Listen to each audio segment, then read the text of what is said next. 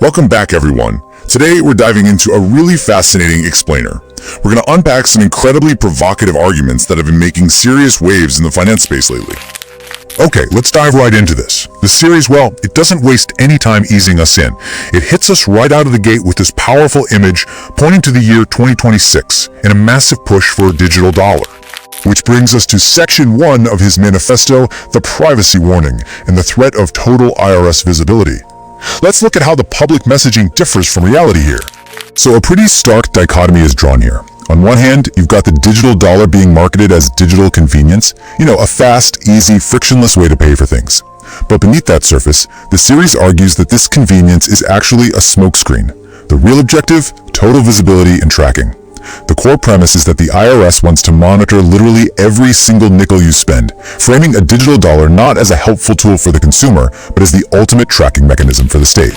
And that leads us right into Section 2, Programmable Currency and Automated Compliance. If total visibility is the goal, how exactly is the government achieving it?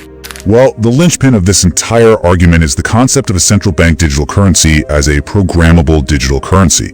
Because the currency is essentially just lines of code, it can be engineered for automated tax compliance. Think about that for a second. This means tax collection happens instantaneously, literally before the money even hits your bank account. Writing from his perspective as a CPA, Brian argues that this programmability fundamentally changes the entire relationship between the citizen, their money, and the tax authority. And this brilliantly illustrates his next point. This automated taxation isn't just about collecting standard income tax faster. The author claims it's specifically designed to kill your ability to legally minimize your tax burden. This series calls out strategies that people use to legally navigate the system right now, like small business deductions and the 14-day rental rule. Now, that rule currently allows homeowners to rent their properties completely tax-free for up to 2 weeks a year. But a programmable currency would mathematically eliminate those strategic gray areas and all that careful planning taxpayers currently rely on. It enforces this rigid, inescapable compliance that strips away these legal loopholes entirely. So why go to such incredible lengths for automated control? Well, that brings us to Section 3, the $39 trillion motive, and a government that is completely desperate for revenue. $39 trillion. That is just a staggering amount of national debt, and it's cited here as the primary catalyst for the digital dollar. With debt this massive, the government is described as utterly desperate for revenue to service it.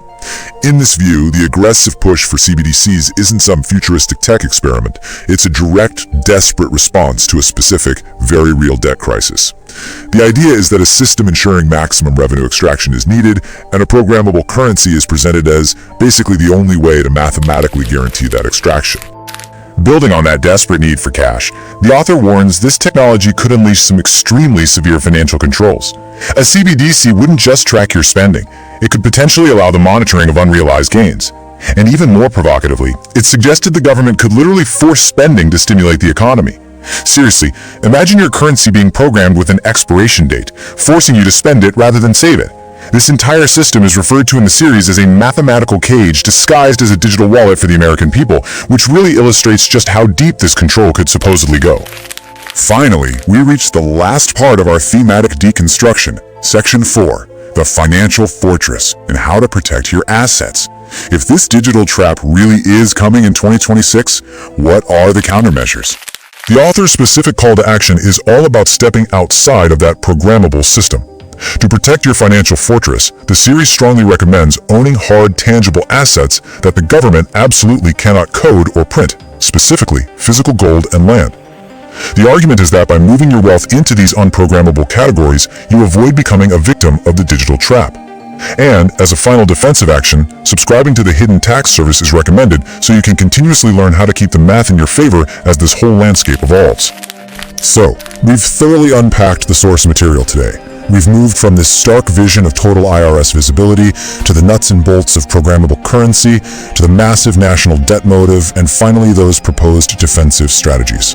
Whether you agree with this analysis of central bank digital currencies, or maybe you see it as an overly pessimistic view of technological progress, it definitely leaves us with a highly provocative thought. Is your spending privacy the next hidden tax? It's a really fascinating concept to wrestle with as digital finance continues to evolve around us.